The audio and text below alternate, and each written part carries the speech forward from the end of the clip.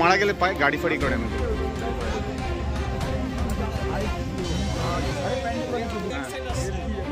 গরিব ছেলে গাড়ি চালায় কোনো রকম খায়। তো আমাদের মানে দাবি থাকবে বন বিভাগের কাছে যে ও যদি কোনো রকমে খায় তো গাড়ি ক্ষতিপূরণ যাতে দেয় তাতে ভালো হয়।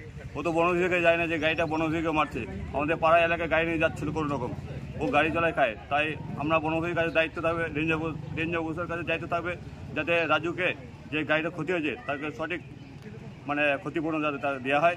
সে গরিব মানুষের ছেলে সে গাড়ি চালায় খায়। কি নাম আপনার? আমার নাম সমীর বাগদি। দাঁত ঢুকাই দিল দুইটা ঢুকাই দিয়ে প্রায় সব জায়গায় পাল্টি করে দিয়েছিল, গাড়ি পাল্টির মতন হয়ে গেছিলো। উঠাই মানে যাচ্ছিলাম এইদিকে, ঘোরায় গাড়ি এদিকে করেছে, উল্টা সাইডে করে দিয়েছে। সকাল কটার দিকে ঘটনা ঘটেছে? 6:30। 6:30। আপনার নাম? রাজু রায়। রাজু রায়। মানে কতটা আতঙ্কে রয়েছেন এখন? অনেক আতঙ্কে, এখানে কোনোদিন ঢুকে নেই গাড়ি, মানে হাতি একজনকে মারিয়ে দিল হাতি। হাতি একজনকে মেরে দিয়েছে, নাম জানা গেছে না? কি নাম জানি, কি নাম যে মারা গেছে? দিলীপ রায় নাকি। তো এখনো বন বিভাগ এসছে? না, আসে নাই। ঠিক আছে। কত টাকার ক্ষতি মনে হচ্ছে গাড়িতে হয়েছে? 1 লাখ টাকা। 1 লাখের কাছাকাছি ক্ষতি হয়েছে। কি বলবেন বন বিভাগকে? একটু বন বিভাগ যদি দেয় কিছু হেল্প, আমি তো কিস্তির গাড়ি চালাচ্ছি।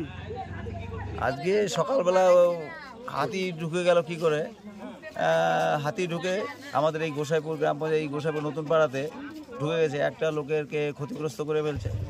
এটা নিয়ে হাতি আমাদের এলাকাতে আজকে নিয়ে সেকেন্ড টাইম। এর আগেও একদিন শিয়াপিটা হয়ে আমাদের ধনসরা হয়ে হাতিটা এসেছিল, যাই হোক সেদিন কোনো ক্যাজুয়ালিটি ছিল না, কিন্তু আজকে আবার হয়ে গেল। এই জন্য আমরা দেখি বন দপ্তরের সাথে কথা বলে এর কি সুরা আছে বা এদেরকে আটকানো যায় কিনা, কি করে লোকালয়ে আসছে কেন, এটা বন দপ্তরের সাথে কথা বলে পুলিশের কথা যা ব্যবস্থা নেওয়া নিতে হবে।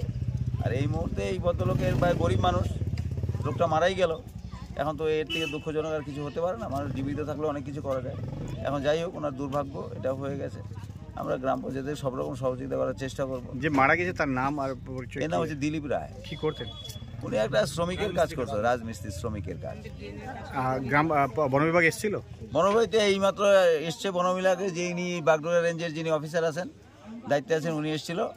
উনি বলছে যে যা যা বন দপ্তরের যা সরকারি নিয়মের মধ্যে যা যা প্রসিডিওর যা যা কম্পেনসেশন পাওয়া দরকার সেগুলি ওনারা করবেন।